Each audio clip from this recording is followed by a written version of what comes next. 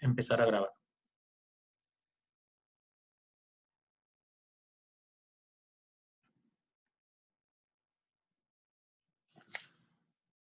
¿Listo, chicos? Entonces, arrendamiento operativo y financiero. El caso 1, pues, nos muestra la comparación, ¿no? Es decir, las opciones que tiene esta compañía, Servicios Mineros, para poder realizar sus operaciones. Entonces, ellos necesitan de determinadas maquinarias para poder realizar sus labores, ¿no? Para poder brindar su servicio a los clientes. Entonces, ante eso se encuentran ante dos opciones.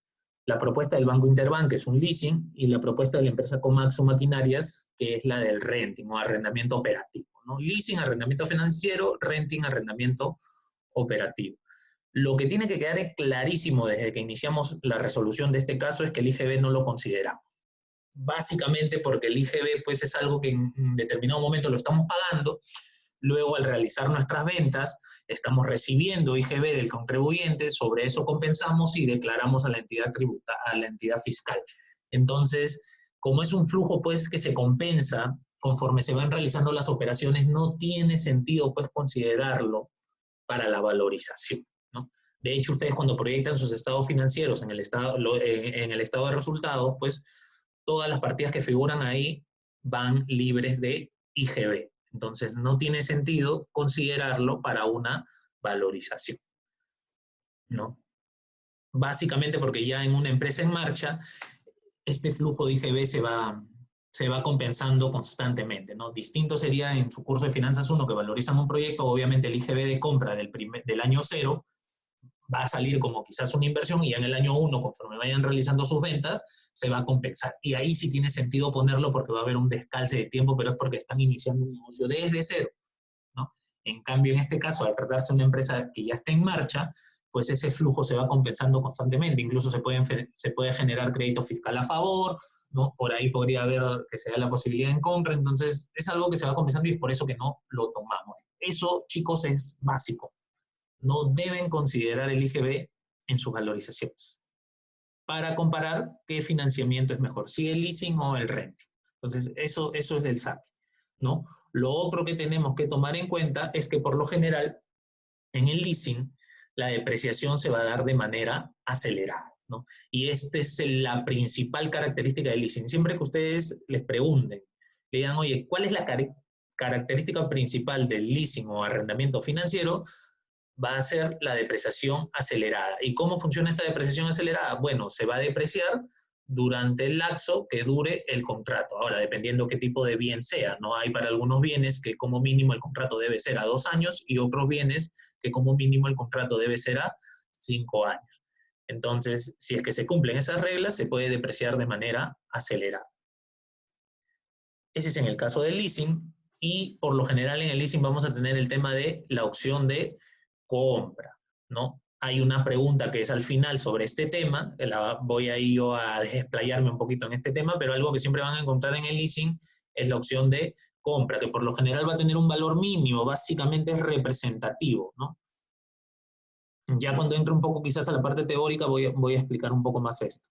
Y en el caso del renting, pues tenemos que son en este caso nos dicen que son cuotas mensuales, ¿no? No hay gastos iniciales, no tiene sentido que hayan gastos iniciales, porque en realidad este es un contrato de alquiler como simple y puro, ¿no? Como si estuvieran alquilando una casa o algo, ¿no? Por lo general no hay cuotas no se da un adelanto, primero se brinda el servicio, pero hay una particularidad del renting que ustedes tienen que saber. La cuota como tal del renting incluye diversos factores. La cuota del renting no solo es alquiler, porque recuerden que el valor agregado de una empresa de renting no solo es alquilarte el equipo, sino darte asistencia técnica, ¿no? Por ahí gestionar pues tu activo, ¿no? Imagínense que han alquilado pues maquinarias o vehículos, ¿no? Ellos te gestionan la flota, ellos te ven todo el tema de los trámites, te ven, por ejemplo, imagínense que se alquilaron unos vehículos para los gerentes. Si sufre algún accidente o si hay algún problema de una multa, es la empresa que hace el renting la que se va a encargar de hacer este trámite, ¿no? Porque el valor agregado que ellos están ofreciendo, a diferencia de que tú lo adquieras quizás comprándolo por tu cuenta o realizando un leasing, ellos lo que te ofrecen es darte un servicio, ¿no? Entonces, por lo general, estas cuotas que te dan en el renting incluyen esta gama de servicios, ¿no? Que es el alquiler en sí, que puede ser el servicio de asistencia técnica, puede ser algún servicio de reemplazo, puede ser algún servicio pues, de capacitación, puede ser un servicio, incluso los seguros, ellos administran el seguro, ¿no? Porque ellos al ser una empresa de renting que normalmente alquilan, compran y alquilan diversos tipos de maquinaria, pues ellos tienen mayor poder de negociación con las empresas aseguradoras. Distinto es que yo vaya y quiera asegurar mi carro, ¿no? Y la póliza que yo vaya a pagar quizás sea un poco más alta, porque es un solo carro y yo como persona natural represento un mayor riesgo.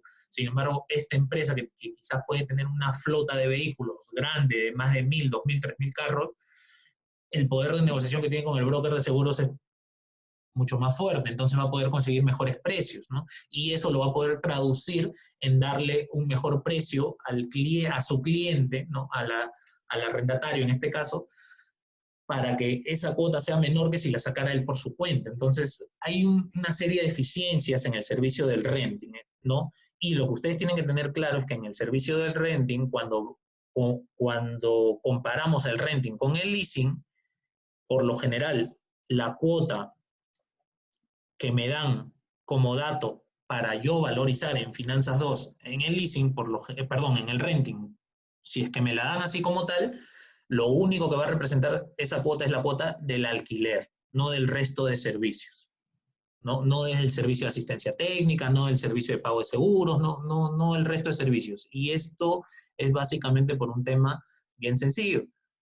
Para yo poder valorizar el renting versus el leasing, recuerden que en el leasing únicamente es el banco quien adquiere el bien, ¿no? Y me lo cede a mí como arrendatario, ¿no? Obviamente para fines legales el banco es el dueño, pero para fines tributarios nosotros somos el dueño, entonces nosotros hacemos uso de ese bien.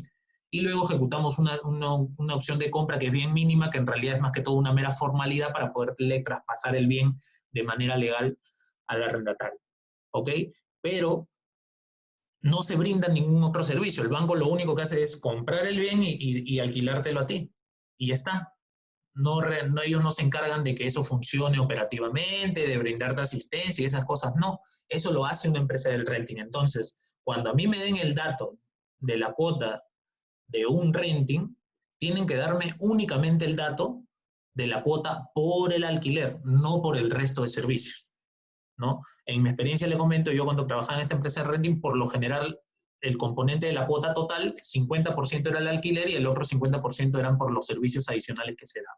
Entonces, acá por eso el caso que ustedes ven, dice clarísimo, cuota de alquiler, porque hace referencia a la cuota que se está dando únicamente por el alquiler. El resto de servicios, si se la dan como conjunto, ustedes debieran únicamente tomar la cuota del alquiler y no del resto de servicios. Ese es un punto importante en el renting, chicos.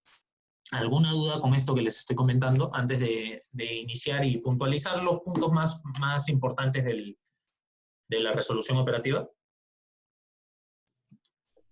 Sí, Carlos, disculpa, ¿podrías volver a explicarme un poco más o menos cómo es que difiere la cuota de alquiler? Ok, eso vamos a hacerlo aquí, ¿no? Voy a aprovechar, tenemos por aquí lo que es la cuota del leasing, ¿no? En realidad esta cuota de leasing nosotros la vamos a determinar pues con nuestra fórmula en el Compound o si es que el caso me la da. Sin embargo, la cuota del renting, ¿no? Tiene diversos componentes, ¿no? Uno de esos componentes va a ser el alquiler.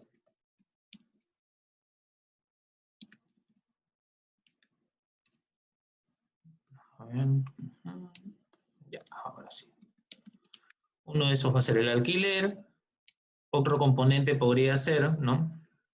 Servicio de asistencia. Otro componente podría ser, ¿no? El de seguros, ¿no?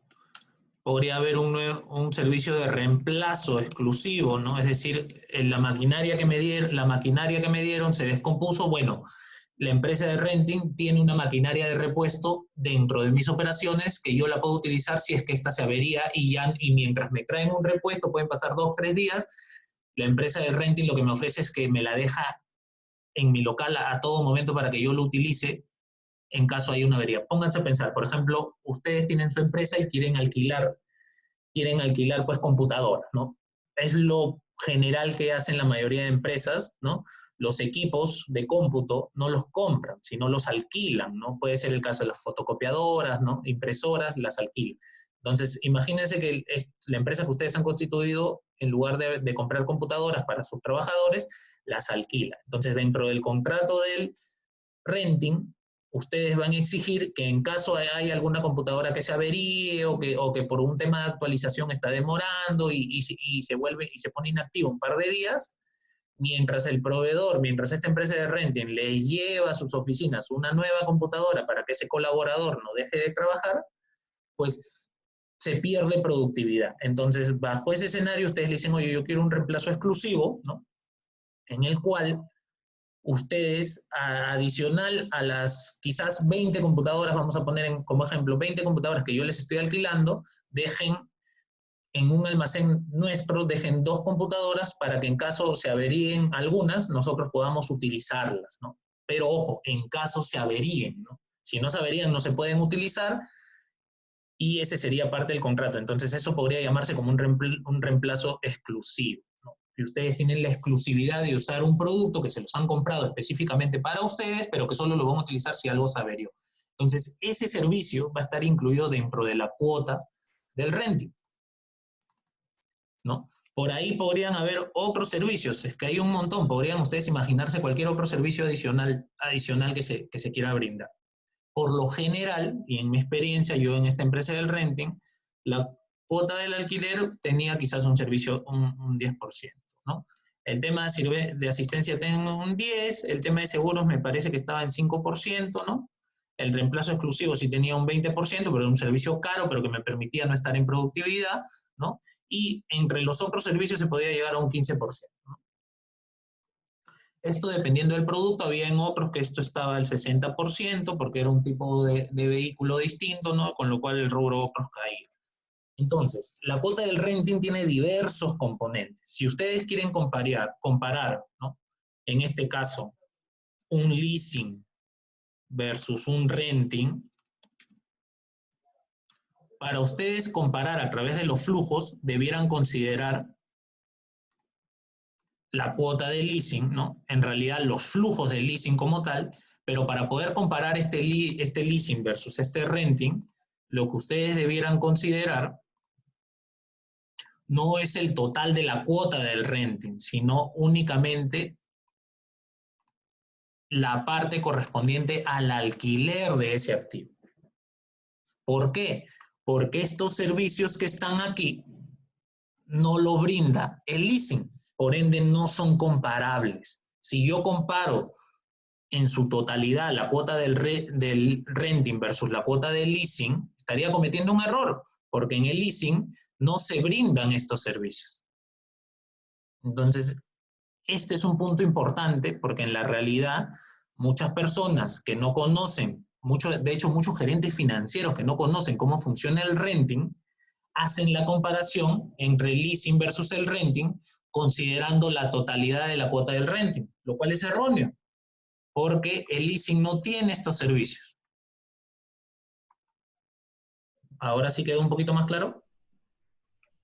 Sí, Carlos, gracias. Y sobre justo lo que acabas de decir, quería saber si dentro de la cuota del renting, aparte del alquiler, los otros porcentajes suelen ser opcionales o son de alguna manera obligatorios para cuando quieras hacer un renting. Mira, son opcionales, pero la empresa te lo va a vender como una cuota completa. ¿Por qué? Porque ¿dónde saca el beneficio y el valor agregado la empresa del renting? En este tipo de servicios. Es decir, por ejemplo, en la empresa que yo estaba, ellos no te vendían el servicio de alquiler, sino ellos te vendían el concepto de la gestión de la flota. Yo te gestiono la flota, yo te pongo el conductor, yo te cubro todas tus multas, yo me encargo de todos los trámites administrativos que puedas tener tú con el vehículo. Yo me encargo de brindar capacitaciones a tus conductores, tú no te preocupes de eso, tú simplemente utiliza el vehículo para lo que tú quieras utilizar. Del resto me encargo yo. Entonces, ¿dónde quizás se pueda marginar más? Aquí. Entonces, cuando negocies con una empresa de renting, ellos te van a tratar de vender eso. Y de hecho, si tú compras el renting, te vas por la opción del renting, tu prioridad debiera ser ir por estas cosas. No tanto por este alquiler. Podría ser que sea atractivo. Por eso es que es importante, cuando valorizamos, no considerar estos servicios, sino considerar únicamente el monto que hace referencia al alquiler, porque en el leasing yo no tengo esos servicios. Pero sí se negocia, ¿no? Puede ser que, por ejemplo, diga, oye, ¿sabes qué? Yo quiero esta cuota del renting, pero yo no quiero el reemplazo exclusivo. Es un servicio que yo no quiero. No me interesa. Si es que se malogra, bueno, pues esperaré los 2 o 3 días que tú me puedas traer un reemplazo, ¿no? Entonces ya no tengo un reemplazo exclusivo, sino tengo quizás puedo tener un reemplazo genérico, por así decirlo, ¿no? Un reemplazo simple o un reemplazo genérico. Pero obviamente eso no va a tener un componente de 20%, quizás lo tenga de 10%, pero te van a ajustar con los otros servicios, ¿no? O sea, tu cuota al final de lo que podía haber sido 500, ¿no? Al quitarle todo el servicio de reemplazo exclusivo, ya quizás lo bajaste a 480. Se disminuye. Entonces, ese es un punto importante. ¿Es algo que se negocia? Sí, es algo que se negocia, ¿no? Pero por lo general la empresa del renting va a tratar de venderte el resto de servicios porque en realidad pues ellos trabajan bajo una marca, bajo un supuesto, bajo un valor agregado, ¿no?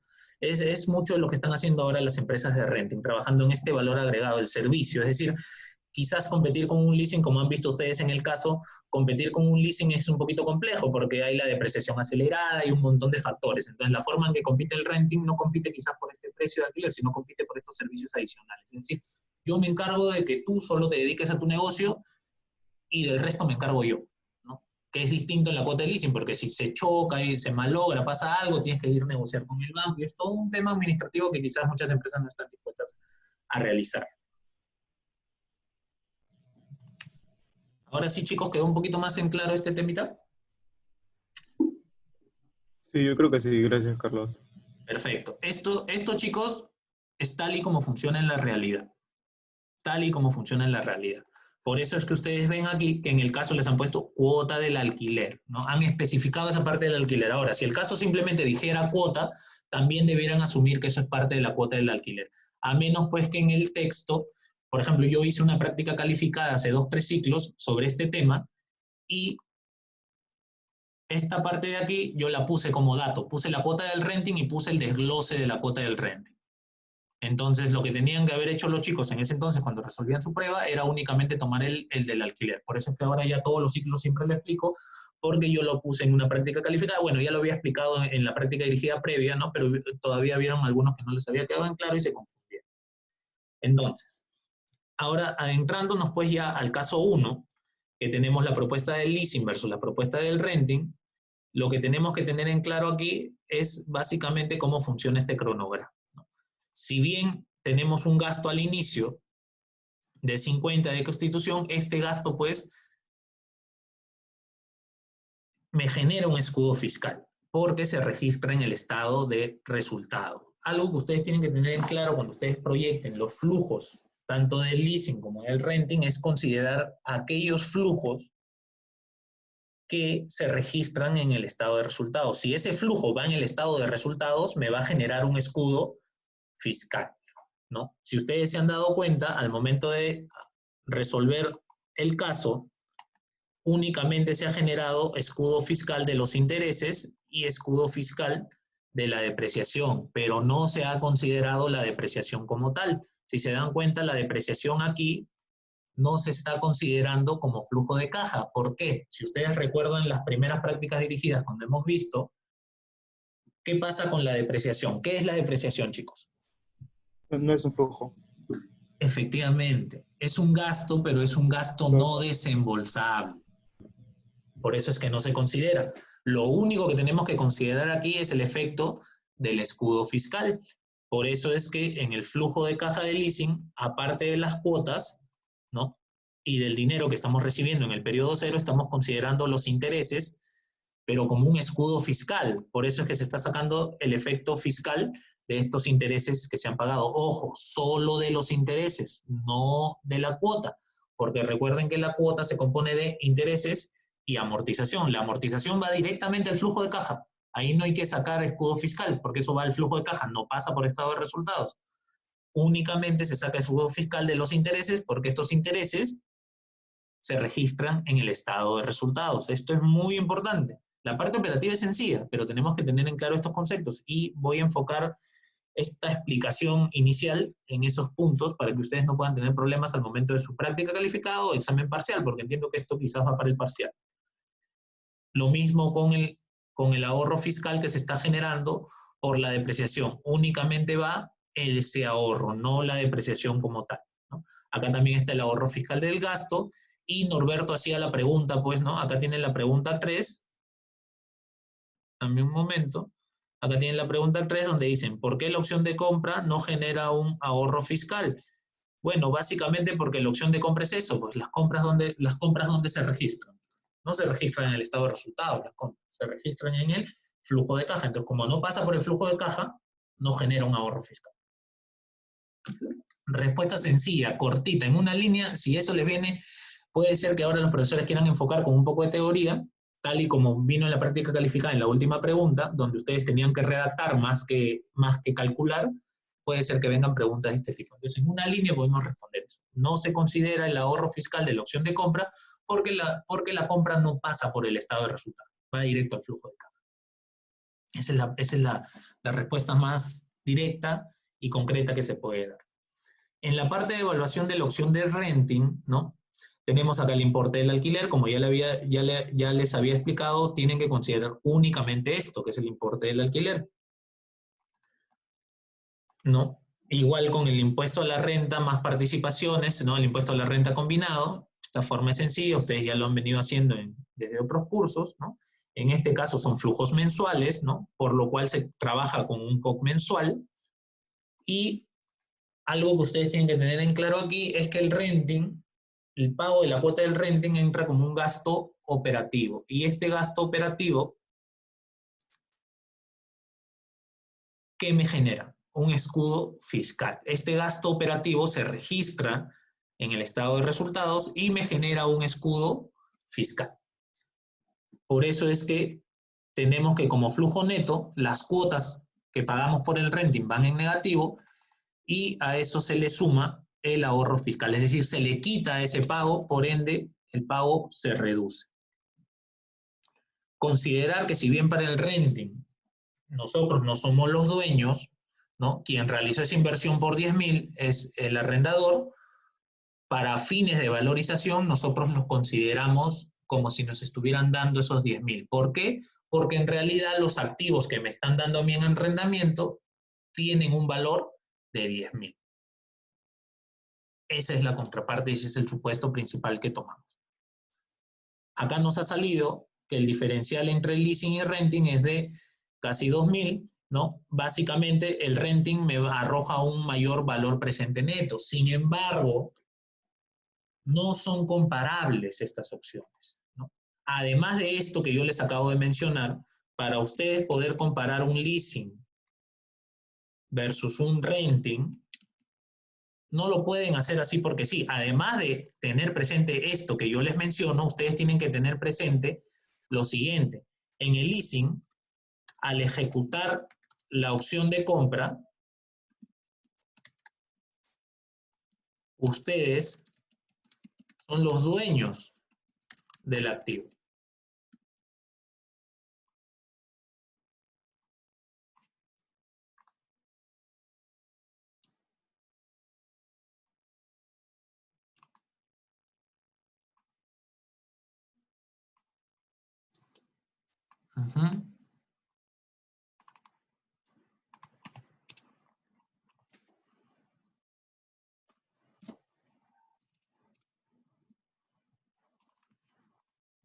Sin embargo, en el renting, ustedes no son dueños del activo. Entonces, ¿cómo pueden comparar esas opciones? La única forma de poder comparar un leasing versus un renting es vender el activo. Ojo, la otra opción podría ser no ejecutar la opción de compra. Y si no ejecuto la opción de compra, yo no soy el dueño legal, pero no tiene sentido no ejecutar la opción de compra. porque el valor de la opción de compra es un valor mínimo, muy poco representativo. Entonces no tiene sentido que la empresa que ha adquirido un leasing financiero no ejecute la opción de compra, a menos que ese activo ya no sirva, no valga nada. Entonces, en ese caso, mejor no lo compro, que el banco se haga cargo que él es el dueño y que él lo saque de mi almacén o de mi depósito. Pero es muy poco probable que el banco, pues, establezca un leasing de un producto, de una maquinaria o de un vehículo o de un activo fijo en general que tenga esas características, ¿no? Va a ser bien complicado que se pueda realizar esa operación. Por lo general, va a tener que ser un activo fijo que tiene valor de reventa en el mercado. Entonces, si tiene valor de reventa en el mercado y la opción de compra es mínima, por lo general siempre se va a ejecutar la opción de compra en el leasing. Entonces, para poder hacer comparables, ¿no? Para que estas dos opciones sean comparables, lo que se tiene que hacer en el leasing es vender el activo. La otra opción quizás comparable puede ser que en el renting, por ahí puede ser que el que vende el renting también tenga una opción de compra, ¿no? Entonces acá podría ser, pues, ejecutar la opción de compra del renting, porque en el servicio de renting también se dan opciones de compra, pero por lo general las opciones de compra en el renting no son de un valor mínimo.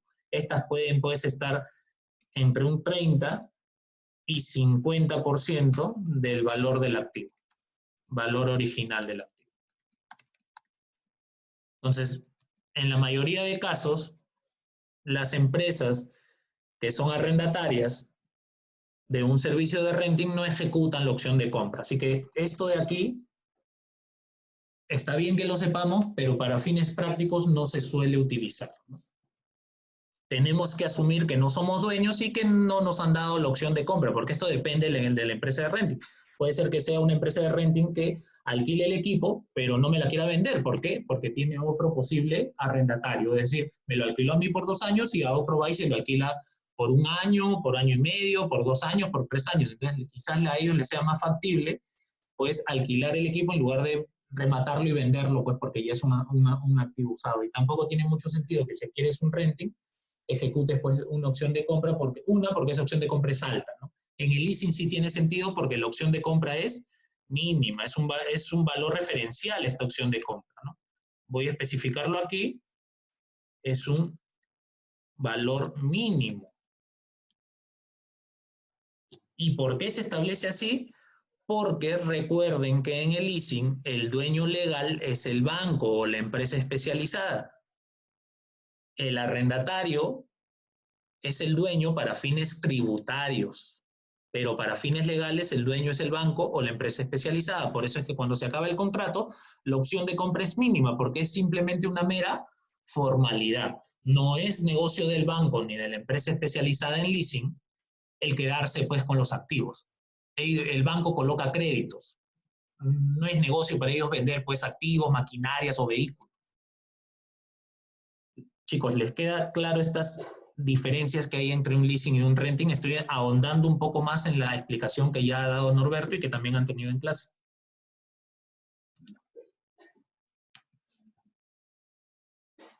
Chicos, ¿les queda claro? Valeria, ¿te queda claro esta parte que he explicado?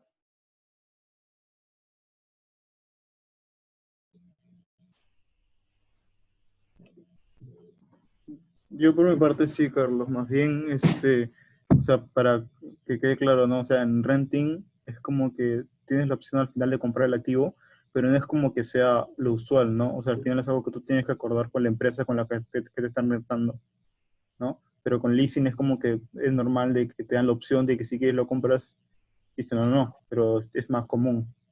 Lo que tengo entendido, ¿no? Efectivamente.